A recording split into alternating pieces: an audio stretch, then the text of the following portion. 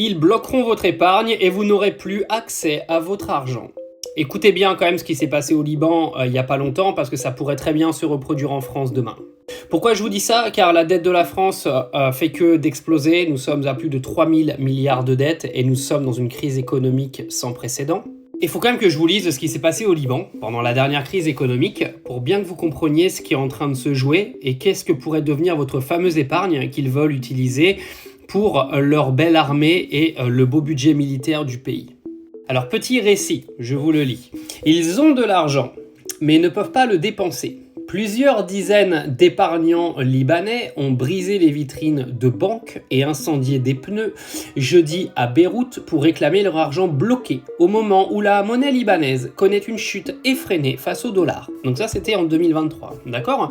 Dans le quartier de Badaro à Beyrouth, une cinquantaine de personnes ont vandalisé les façades d'au moins 4 banques et brûlé des pneus devant celles-ci lors d'une manifestation à l'initiative d'une association d'épargnants. Les manifestants se sont ensuite regroupés, blablabla. Depuis le début de la crise économique sans précédent déclenchée en 2019, la livre libanaise a perdu plus de 95% de sa valeur.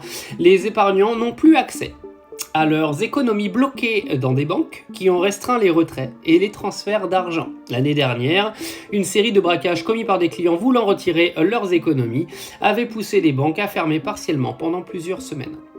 Vous avez bien compris ? C'est-à-dire que l'argent que vous allez foutre sur vos épargnes pour financer leur beau délire de propagande de guerre, en cas de crise économique majeure, ce qui est clairement en train de se passer en France, parce que croyez-moi que l'argent que vous êtes en train d'épargner, qui vous demande d'épargner, c'est pour éponger la dette, c'est absolument pas en fait pour investir l'intégralité dans l'armée.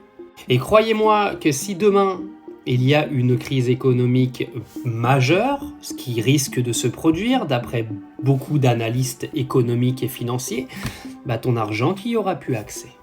Petit témoignage, il y a 3 ans, ils ont volé notre argent, a déclaré l'un des manifestants. Certains ici sont millionnaires, mais n'ont pourtant pas un sou en poche. Poursuit ce médecin déterminé à manifester jusqu'à récupérer son argent. N'oubliez pas une chose, à partir du moment où vous avez foutu votre argent dans des banques, l'argent ne vous appartient plus. J'espère que vous avez compris ça. C'est-à-dire que tout l'argent que vous êtes en train d'épargner, tout l'argent que vous mettez sur vos comptes en banque, en cas de crise économique majeure du jour au lendemain, de crash de marché boursier et de crash bancaire, ton argent, il n'existe plus.